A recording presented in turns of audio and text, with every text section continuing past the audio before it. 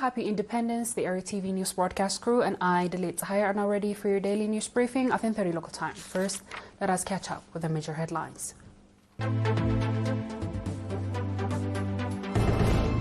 Message of congratulations.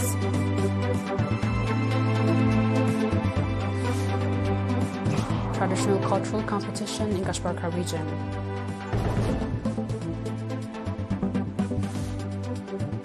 Gazan people questioned the real purpose of the U.S.-built float pier for aid delivery.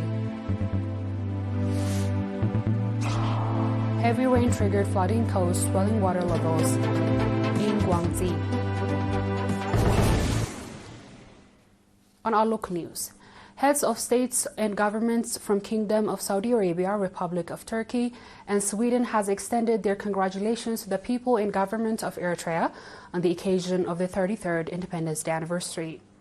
King Salman bin Abdul Aziz and Crown Prince Mohammed bin Salman of the Kingdom of Saudi Arabia, President Recep Tayyip Erdogan of the Republic of Turkey, and King Carl XVI Gustaf of Sweden expressed their well wishes for good health to President Isaias Afwerki and peace and prosperity to the Eritrean people.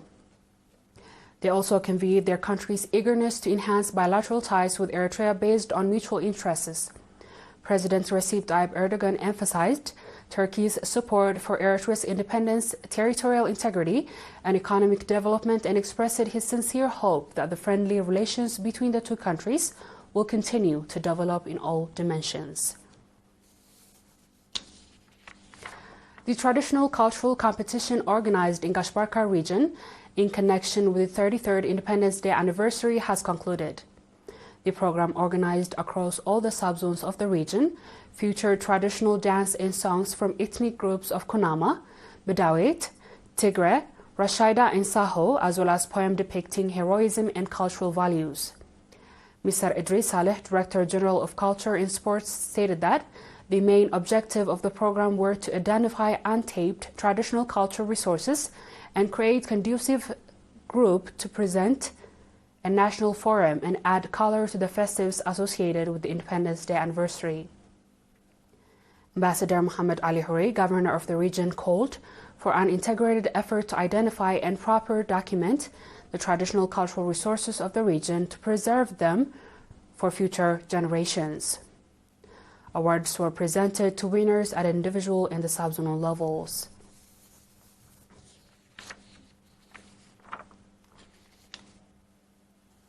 Students' Independence Week, which commenced on 7th May in connection with the 33rd Independence Day anniversary under the theme Peace Anchored on Resilience, concluded on 20th May. The event highlighted a heavy sacrifice made for national independence and the unity and diversity of the Eritrean people, featuring cultural and artistic programs and other activities. It saw participation from students across 256 schools, ranging from kindergarten to high school. In the same vein, the Orota College of Medicine and Health Science celebrated the 33rd Independence Day anniversary on the premises of the college. Dr. Yamane Siyum, Dean of the college, remarked that the Independence Day anniversary serves as a reminder of the profound sacrifices made and an opportunity to renew our pledge to fulfill the martyrs' trust.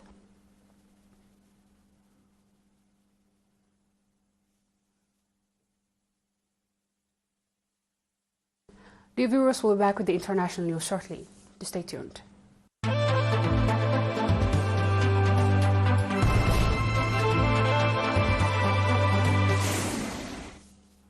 Welcome back.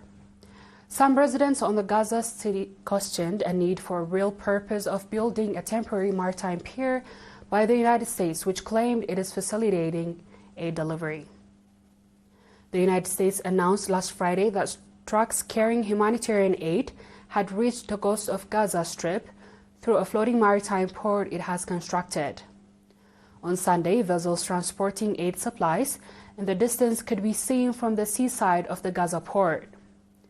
According to U.S. estimates, the floating pier initial shipping capacity is expected to be 90 tons per day and will later reach 150 tons. In this regard, the United Nations and relevant aid agencies said that the process of transporting humanitarian aid through a floating pier is bulky and the transportation volume is far from meeting the needs of the Gaza Strip.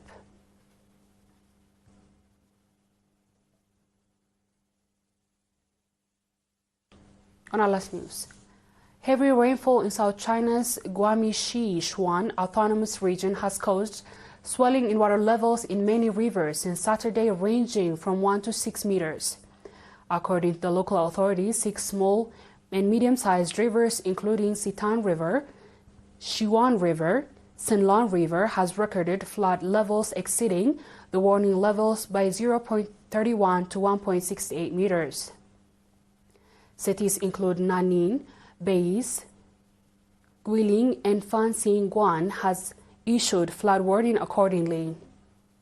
Local authorities have also urged residents to remain cautious and take necessary measures to prevent and mitigate potential disasters such as floods, mudslides, landslides that can be triggered by heavy rainfall.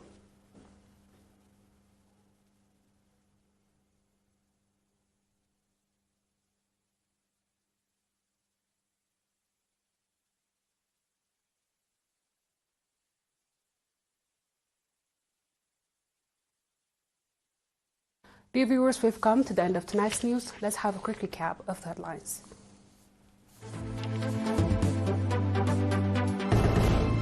Message of congratulations.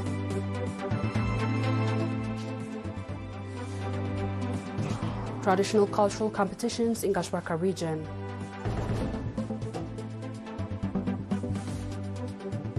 Gazan people question real purpose of the U.S.-built flood pier for aid delivery. And heavy rain triggered flooding caused swelling water levels in Guangxi. That is all of our local and international news. Dear viewers, thanks for watching and have a good night. And once again, happy independence.